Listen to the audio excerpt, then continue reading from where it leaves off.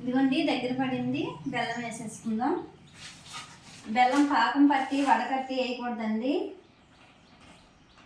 ఇలా దంచుకొని వేసుకోవాలి. కత్తితో చాకుతో కూడా పోయకూడదు.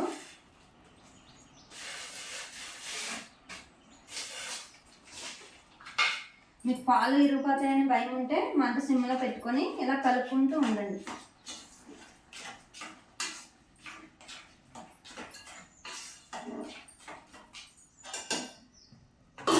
ఈరోజు మనం ఈ నైవేద్యం దేనికి పెడతామో తెలుసా అండి మీకు? సూర్యనారాయణమూర్తికి పళ్ళు లేవంట, అందుకని మెత్తగా పరమాన్నం వండుకొని ఆ స్వామికి నైవేద్యం పెడతాము.